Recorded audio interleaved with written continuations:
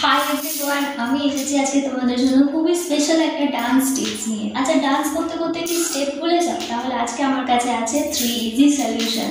Number 1 solution, দেখো, dance step miss না করার সবচেয়ে ভালো উপায় হলো ডেলি নিয়ম করে ডান্স প্র্যাকটিস করে যাও, তাহলে আর তুমি নাচ ভুলে যাবে না।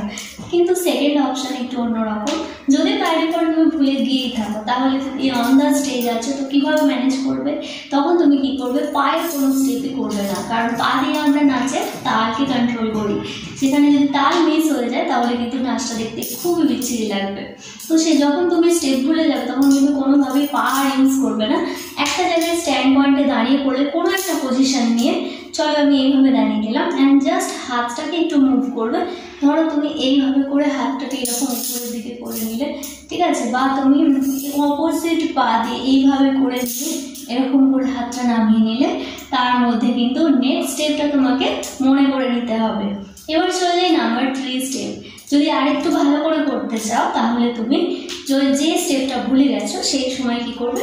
হালকাভাবে একটু এইভাবে ঘুরে নেবে, একবার বা দুবার, বা অল্টারনেটিভ সাইডেও আরো একবার দুবার। আশা করি তার মধ্যে কিন্তু পরের স্টেপটা তোমার মনে পড়ে যাবে। তো কেমন লাগলো আমাকে জানিও এই ট্রিকটা।